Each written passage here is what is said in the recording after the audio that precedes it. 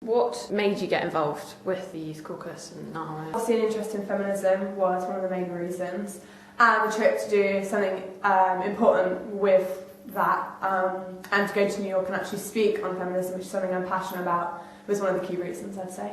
Interest in politics, pressure groups, feminism, understanding how, well, seeing it first person, how it can affect people and what they actually do.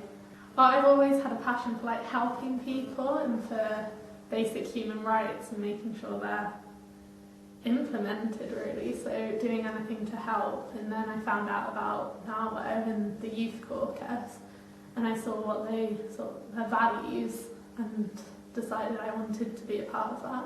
I think it's really important to offer a youth perspective in an environment which is particularly dominated by kind of older women, and I'm not saying that as a criticism, but I think it's really important that we introduce youths into the dialogue, so that they'll be there in future years to kind of introduce younger people again into the dialogue.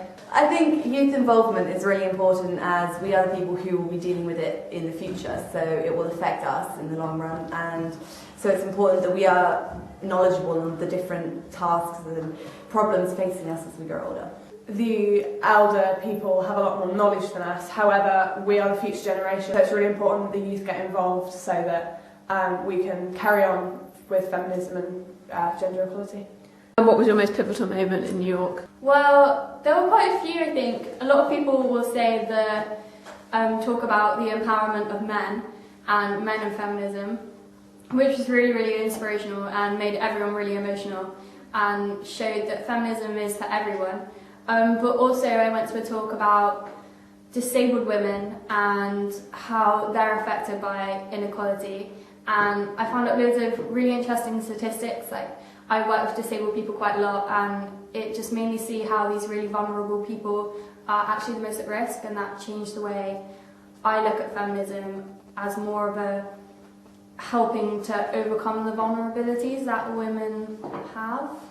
So it was Wednesday, and I went to see these two men from Men Engage. One was called Darnell Moore, and one was called Andreas Gomez Carlos, or in some order like that.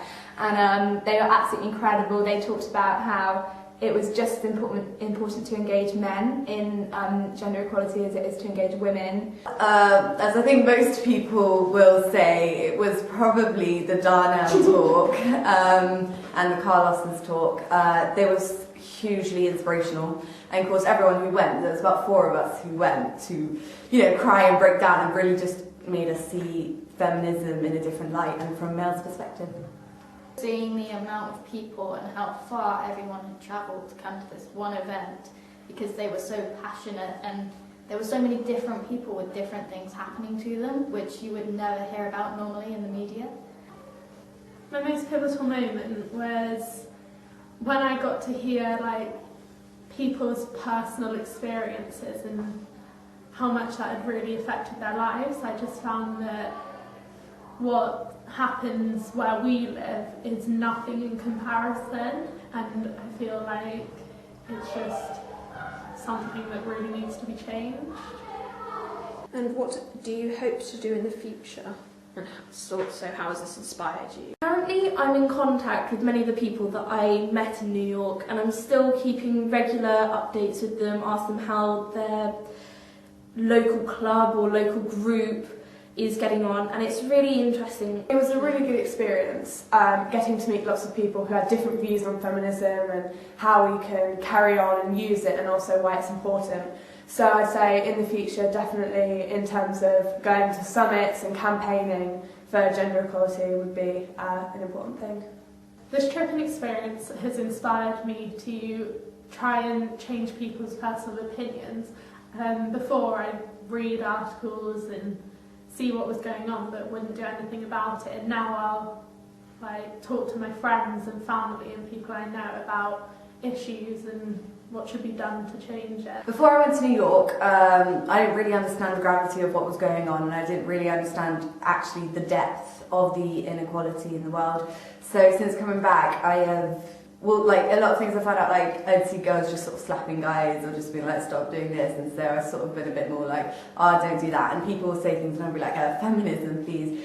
So I just sort of feel like it's changed my outlook and perspective on the different things that I'm seeing around me, so the different way I just sort of see everyday interactions between boys and girls.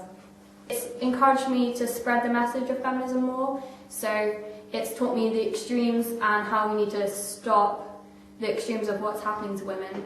So I've been sharing the message of equality more and getting involved in what people say. So if someone says something I disagree with, I'm much more confident to speak out about it now and tell them what they're doing is wrong. It's really inspired me, particularly those two men, to kind of engage men in the gender equality platform, and I'm another leader of a feminist society at my school, and I'm trying to engage men in the process and trying to get men to come along and to realise that feminism isn't about hating men, it's about engaging them and recognising that we're all equal. And I think I keep trying to sort of eradicate people's stereotypes, and I keep picking people up on things that they say that I don't agree with. And I know it sounds a bit like, a bit pedantic, but I think it's really important.